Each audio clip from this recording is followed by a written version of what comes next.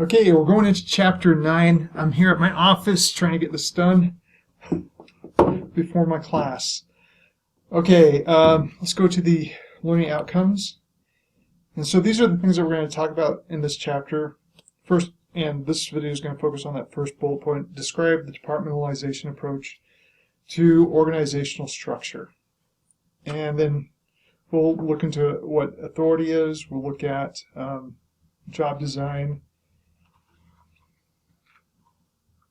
Yeah, I think those will be what we focus on mostly. Structure and process. What is organizational structure? Well, it's what we're looking at when we look at organizational structure is who reports to whom, what is the chain of command, what do people do, who's responsible for what, and where does work really get done. That's my son in the background, by the way. Organizational process, the collection of activities that transform inputs into outputs. The most important part about this sentence is that last part, that customer's value. There's a lot of things that we can do in an organization, but if it doesn't add customer value, then we need to consider why we're doing it.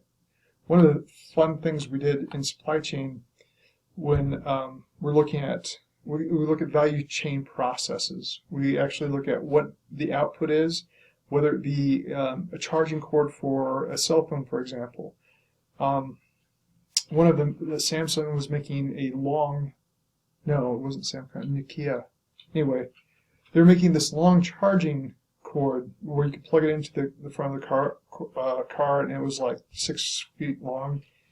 And then they did a huge customer survey, and they found that they only needed a 3-foot cord, and that would be enough for any car. So they're adding an extra 3 foot of cord length, which added costs and actually was troublesome for the people using it. And so they took that out, and that's better customer service, right? So we're looking at customer value, and we're trying to trim off things and even the organizational structure that doesn't add value to our customers. And sometimes we need to reevaluate that on a regular basis and say, is this really the kind of organizational structure that best serves or best adds value to my customer? Now there are 4 main departmentalizations: functional, product, customer, and geographic. Matrix is taking 2 of those or 3 of those and adding them together and having like a hybrid. That's what a matrix is. So we'll go into each of these. Functional departmentalization. I'll move my face down for this slide. Functional departmentalization is where I'm taking a functional group and putting them in one department instead of sharing them.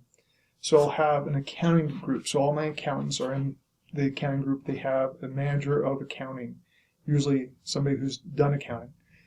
Same thing with supply chain. I might have one supply chain group or one purchasing group within my supply chain organization, and I'll have a purchasing manager over my purchasing group. So we're looking at very highly qualified specialists in whatever field they have. They can be helping each other, like the people who have more experience help the people with less experience. So there's that type of training that goes on. We can design their performance measures specifically for the department, and that's what we call KPIs, or key performance indicators. So it's very specialized, and we're looking at how best to do that job. And we don't have a lot of duplication that way. In fact, we can take maybe an accounting staff of 20 and reduce it to 10 by doing departmentalization. Same with your purchasing group. So depending on the organization, how big the organization is. And we can share knowledge about what we're doing easier. Some of the disadvantages, now I have to communicate. Like if I'm buying for a product, I have the product line manager that I need to talk to, and they might have different KPIs, key performance indicators, that they're being measured off of versus what the buyer is being measured off of. And so sometimes there might be some conflict generated by those KPIs. And so my product line manager might say, I need this many, and then my buying manager says, oh no, you don't need that much. We have stats that say you're only going to use so much each week. So instead of buying in 2 months worth of product, we're going to have them ship 8 times and for a week each, and that way we can keep our inventory low. So that way, that kind of communication sometimes makes decisions take longer, but usually the decisions are better because we're working kind of as a team. Here's a sort of okay functional department type of matrix where all your sales, all your accounting, all your human resources, all your IT will be in one department. And they're giving you 2 examples. One's an insurance company and one's an advertising agency. Anyway, it is what it is. It probably would have been more effective if we just had used one example. Product departmentalization. I kind of referenced that when I was talking about functional. So product lines are, like if I am working for Gerber, I might have a dry product line where I'm just making baby formula. I think Gerber makes formula. And then I might have a wet product line where I'm actually producing, instead of just powder, I'm having the powder and water mix and putting that out there. And each product line has its own needs. And if I'm working under that type of situation and I have an accountant for that product line, I have a purchaser for that product line, I might even have a legal for that product line, HR for that product line. And so what happens is those specializations are focused on the product line service and not worried about anything else, right? So it really focuses their attention on serving that product line and the customers that are served by that product line. One of the problems, though, is that there's a lot of duplication. So I'll have a buyer for each product line. I'll have an attorney for each product line, depending on how big the product line is. And usually, if it's not big enough, then we'll go into a matrix, but we'll talk about that later. Okay, here's an example. UCT is a big company, and within that company, they have a lot of different single business units. And Pratt & Whitney, they design aircraft engines, and so they have all the different specializations that will service those engine production. And then they have another company within the bigger company, which is Otis, and they really focus on elevators and escalators. And so we'll have legal for each, we'll have buyers for each, we'll have accountants for each, we'll have HR reps for each. So we have a lot of duplication, but everyone's really focused on that product line. So that's a good example. Customer departmentalization.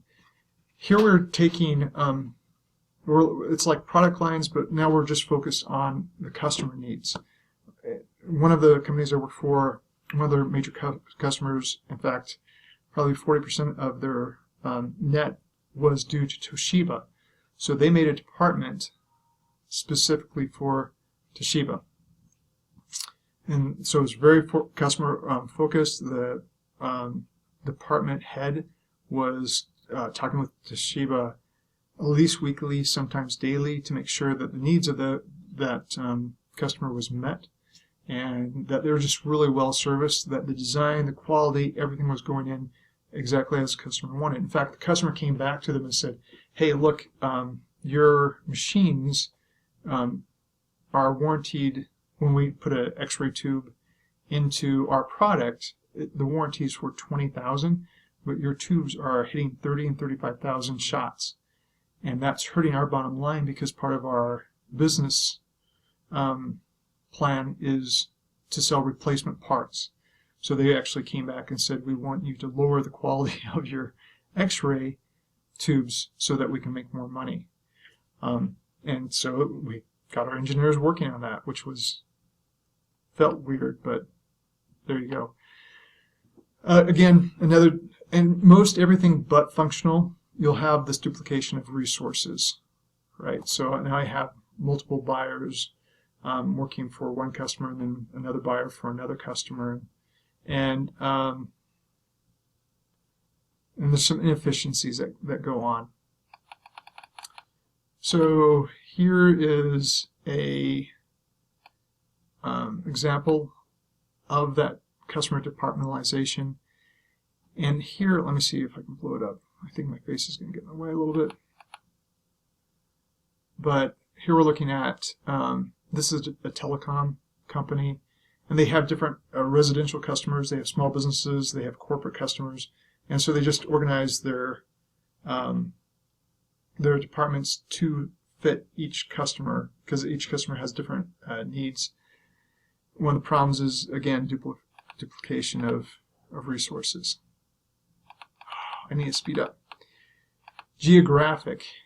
So instead of focusing on just one customer, we're looking at the customers within a geographic area.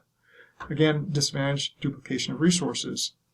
Advantages, different markets have different needs and different tastes. And so when we're going global, like we talked about last week, the customers in Mexico have different tastes than the customers in the United States. By focusing on those needs, we better serve them. So, this is really geographic departmentalization helps out with when we have different legal needs, right? Especially if we're using healthcare products. Each country has different healthcare standards. We might also have different tastes, and our supply chains might be different depending on the geographic nature. When we look at beer companies or soda companies, a lot of them go into geographic departmentalization because they'll develop the syrup specifically for that, and then they'll source the water or the liquid that goes into it from there, so we don't have huge transportation or supply chain costs from going from region to region, if that makes sense. Okay. This is how InBev, which I think owns Budweiser now, this is how they break up their company into regions. Now, matrix is what actually happens a lot. So I might have a geographic departmentalization where most everything is by geography except maybe HR, or except legal, HR, and my supply chain. And so I have consolidated groups for that serve the different regions, but everything else is regional, right? And that's a matrix departmentalization. So we're getting rid of some of the duplications, or we're getting some more efficiencies. But then we have some problems with reporting. So now I have maybe a buyer, and I'm a buyer for Mexico. I live in the United States. I report to my buying manager, but I also serve the Mexican geographic location, and there's a manager over that. So I have two reports. Sometimes there's conflict and there's some confusion, and both managers need to be cognizant of that and help mitigate those kind of problems. Okay. Here's an example of Procter & Gamble. So they have global business units, and they have different divisions that specialize in product lines, but each division has their own, so we have a corporate IT service that helps all of those different divisions and serves all their needs. And we have a global marketing department that serves all the needs for all the different departments. So that's what we call a matrix organization. And actually, most matrix departmentalization is the most common that we see. Okay, that will be it for this first video for this chapter. I know it was long. Hopefully my next couple videos for this chapter won't be as long.